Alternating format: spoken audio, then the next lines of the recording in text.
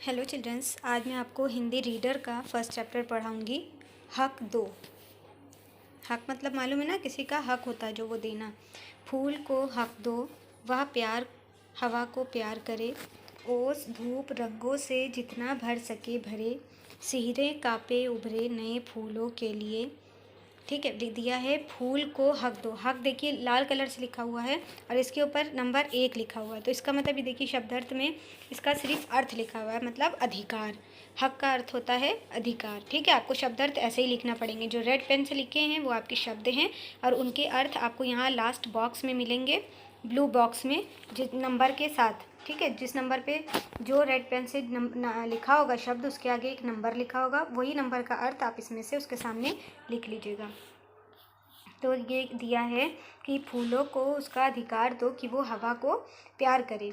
ओस धूप रंगों से जितना भर सके भरे, मतलब वो अपने आप को, फूल जो है वो अपने आप में ओस भर ले, धूप भर ले, रंग भर ले, चाहे जितना भी वो भर ले, वो भर सके वो भरे। सिहरे कांपे उभरे नए फूलों के लिए, मतलब वो डरे भी, कांपे भी और उनको उभारने में उनकी मदद भी करे नए फूलों को, क्योंकि वो नाजुक होते हैं।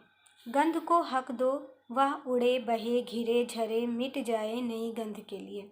मतलब गंध को क्या मतलब, गंध मतलब होता है खुशबू, महक। महक को उसका अधिकार दो कि वो उड़ भी सके, बह भी सके, घिर भी सके, मतलब एक जगह भी रह सके। झरे मतलब कि सब तरफ गिरने लगे। मिट जाए नई गंध के लिए, मतलब वो अंत तक मिट भी जाए लेकिन वो नई गंध छोड़ जाए। बादल को हक दो, वो हर नन्हे पौधे को छा दे दुलारे। मतलब बादल क्या होते हैं, धूप से छाया देते हैं। बादल जब आते हैं आसमान में, तो बादल को इतना हक दो कि वो नन्हे पौधों को छाया दे और उससे वो प्यार करे। फिर रेशे रेशे में हल्की सुरधनु की पत्तियां लगा दे। देखो रेशे रेशे दो है ना, तो दो में एक एक कड़ लिखा हुआ है। फिर सुरधनु मतलब क्या है, इंद्रधनुष। तो क्या देर कह रहे हैं, फिर हर कड़ में हल्की सी इंद्रधनुष की पत्तियां लगा दे। फिर कहीं भी गिरे बरसे गहरे टूटे चुक जाए नए बादल के लिए।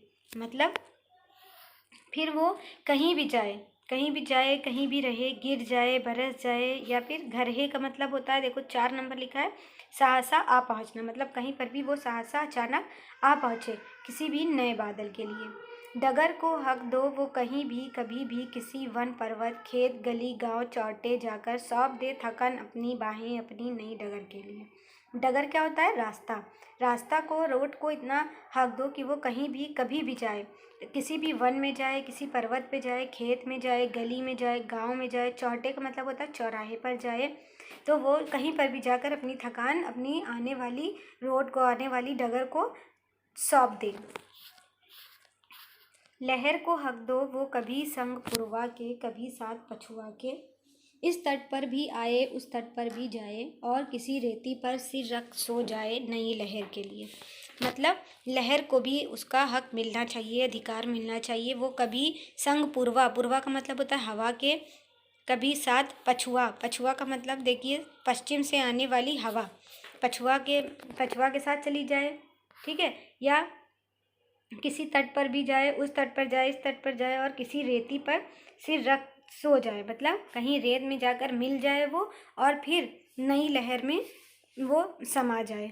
माटी को हक दो, वो भीजे, भीजे का मतलब होता है भीगे, अखुआए, सर से फूटे अखुआए। अखुआए का मतलब, अखुआए कितने नंबर पर है, 9 नंबर पे। अखुआए का मतलब होता है अंकुर निकलना।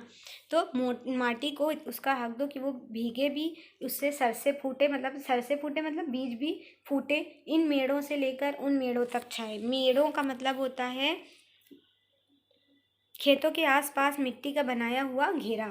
ठीक है, तो इस मेड़ से उस मेड़ तक जाए, वो कभी ना हारे, यदि हारे तब भी उसके माथे पर हिले और हिले। मतलब जब अगर कभी भी वो हार जाए, मतलब मिट्टी वहाँ पर ना हो लेकिन तब भी उसके माथे पर हिले और हिले और उठती ही जाए, या धूप की पताका नए मानव के लिए। वो कभी हार ना माने, अगर वो सूख भी जाए फिर भी उसके उस ऊपर जो है वो दूब, दूब जो होता है घास, घास के जो ध्वज है वो नए मानव के लिए हमेशा लहराते रहें।